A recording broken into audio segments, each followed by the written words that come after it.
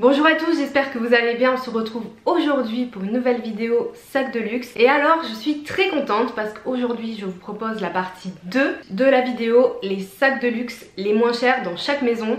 Je vous ai fait une partie 1, honnêtement j'ai eu l'idée de cette vidéo un peu comme ça, comme d'habitude quand je fais une petite recherche. Et en fait vous avez été super nombreux à adhérer à cette vidéo et à me demander une partie 2. Et honnêtement je pensais pas autant, donc en fait ça m'a fait super plaisir. Je me suis empressée de vous la préparer. Et d'ailleurs j'ai encore des idées de marque pour une partie 3. Si ça vous intéresse, vous me direz ça à la fin de la vidéo. On commence tout de suite, c'est parti.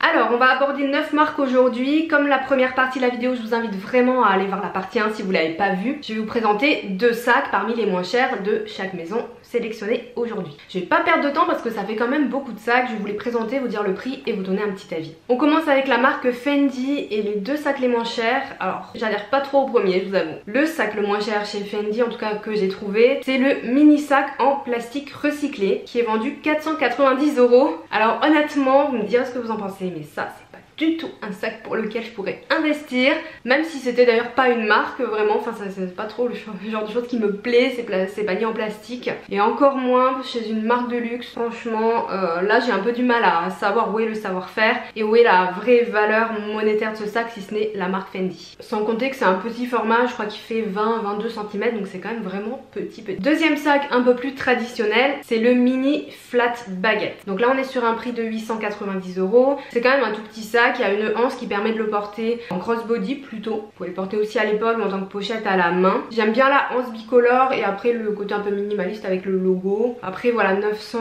€ pareil pour la contenance. Pas hyper fan, il fait 18 cm. Après il y a des sacs plus petits qui ont vraiment une contenance ridicule. Celui-ci on va dire qu'il reste assez mignon, mais on commence quand même à augmenter niveau prix. Chez Céline, sans surprise, le sac le moins cher c'est le panier classique. Vous allez voir qu'il y a beaucoup de paniers dans cette vidéo. Le petit modèle bien sûr qui est vendu 430 €. Alors celui-ci honnêtement moi je suis pas trop panier, hein. Je mettrais pas comme ça autant d'argent dans un panier, mais j'adore. Si je devais en acheter un panier de luxe ça serait celui-ci. J'aime beaucoup le gros monogramme triomphe, je trouve très mignon, très joli. Bon, plus le moyen par contre au niveau de la taille, mais franchement il est quand même assez mignon. On est sur 20 cm donc aussi quand même petit je trouve, hein. Petit. Et le deuxième sac le moins cher chez Céline, c'est cette pochette. La pochette en toile triomphe et broderie, je la mets dans la catégorie sac parce qu'elle est pourvue d'une anse. J'ai pas voulu mettre des pochettes sans anse dans cette vidéo parce que pour moi c'est pas vraiment non plus des sacs, enfin je sais pas, ça me perturbait un peu, donc voilà, j'ai fait quand même des petits choix, mais je crois que c'est quand même une des moins chères du site. 590 €, assez original avec la toile triomphe et le petit Céline inscrit comme ça, c'est mignon. C'est pas mon style de sac du tout parce que 16 cm hein, de taille. On dirait un peu un petit porte-monnaie vintage, vous trouvez pas? Un peu comme avaient je sais pas, nos grands-parents, etc.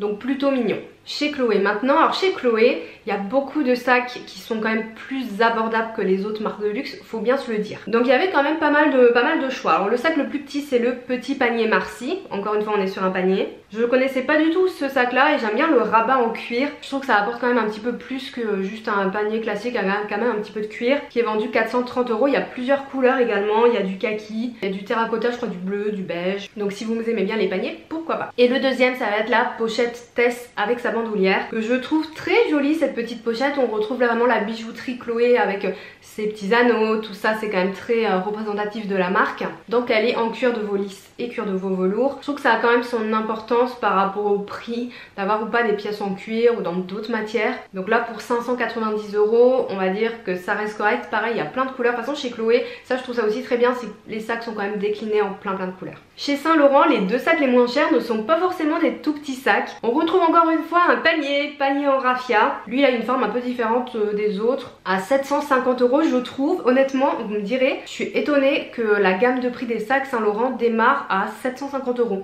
Je m'attendais quand même vraiment à trouver des sacs vers 400-500 €, même si c'était des tout petits, mais en fait pas du tout. Donc c'est comme ça un panier avec des grandes anses qui est plutôt dans la hauteur, pas mon style non plus, mais bon. Et le deuxième sac le moins cher, ce n'est pas un mini sac comme je vous le disais dans la partie 1 de la vidéo.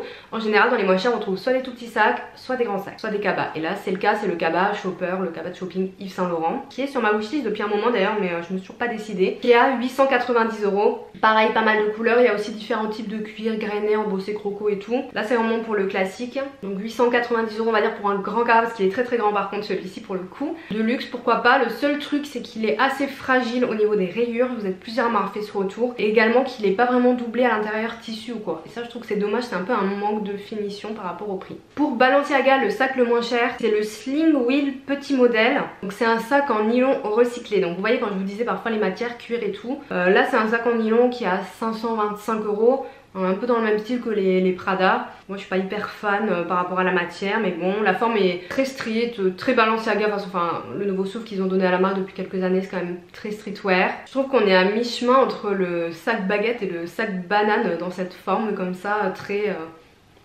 comme ça quoi.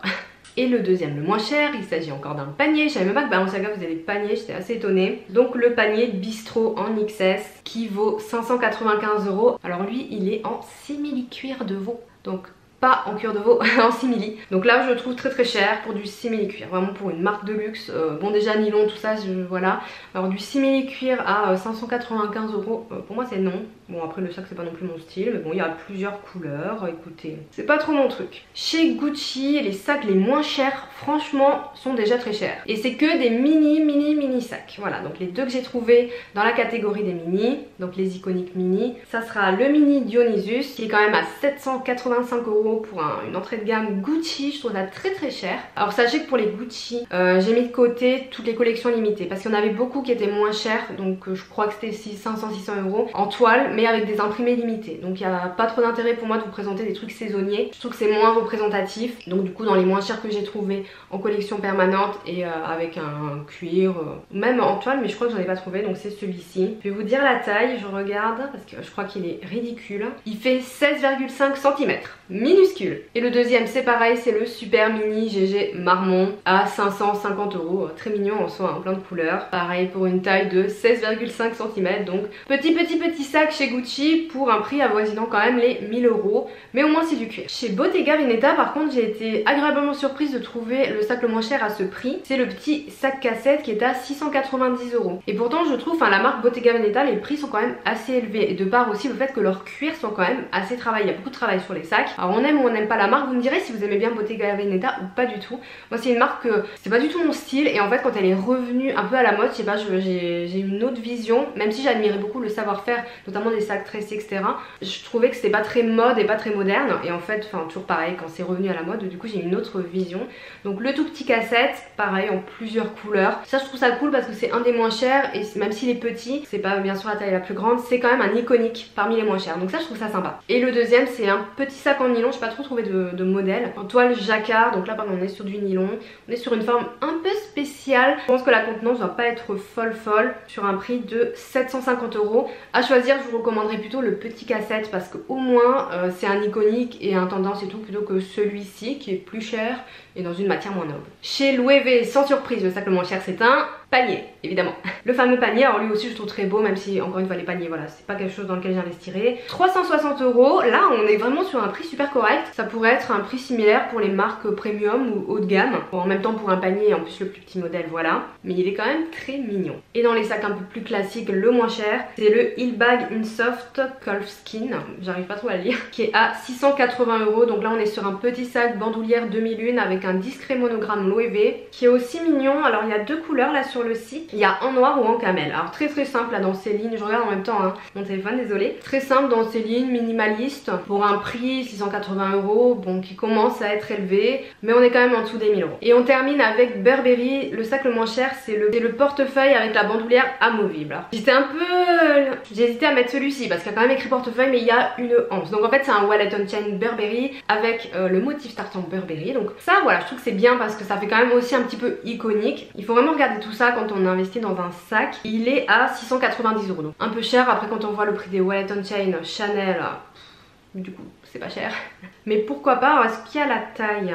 J'aimerais bien voir la taille pour vous dire. Et quand même il fait quand même 20,5 cm. Et c'est quand même assez grand, ça fait à peu près ça je pense. Par rapport aux autres qu'on a vus, pour un wallet on chain je trouve assez grand. Et le deuxième qui fait quand même plus sac à main chez Burberry, c'est le petit sac en bandoulière à cuir motif vintage check.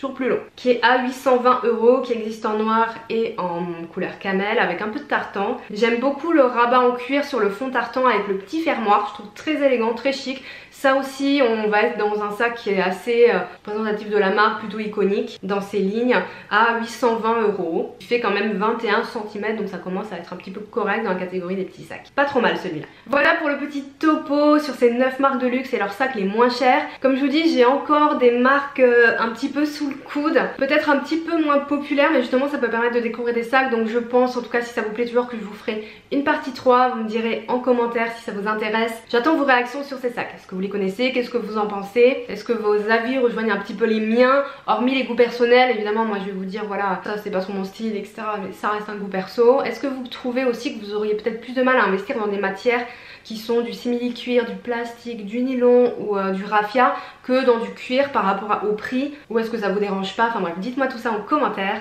Je vous fais de gros bisous et je vous dis à bientôt. Ciao.